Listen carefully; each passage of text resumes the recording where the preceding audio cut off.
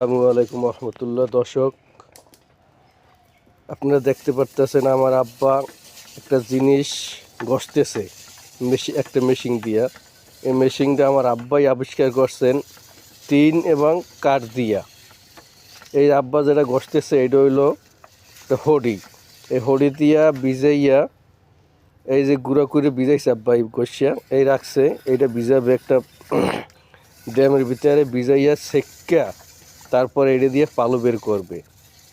এবং এই পালো মানুষের অনেক উপকারে আসে, যেমন পেটের রোগ থেকে মুক্তি হয় আল্লাহর রহমতে।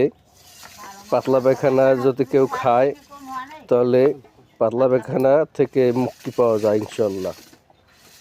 তা আব্বা এটা যদি কেউ নিতে চায় তাহলে দেওয়া যাইবে বাহিরের? ও, এটা তো শীতের আর পাওয়া যাইবে না নাকি? এই যে হরির আব্বা ঘষতেছে এইটা শীত ছাড়া, শীতের সিজন ছাড়া আর পাওয়া যাবে না। এটা কেজি হলো 300-350 টাকা করিয়া বিক্রি হয়। এটা পালোটা আপনাদের দেখাবো ইনশাল্লাহ।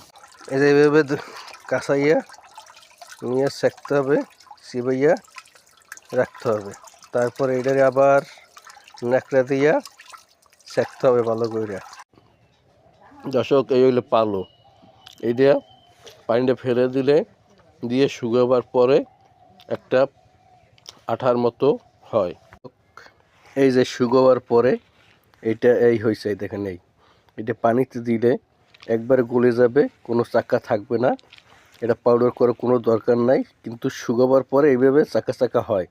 এটা পানিতে যদি আপনি ভিজান তখন এটা একবারে গলে যাবে।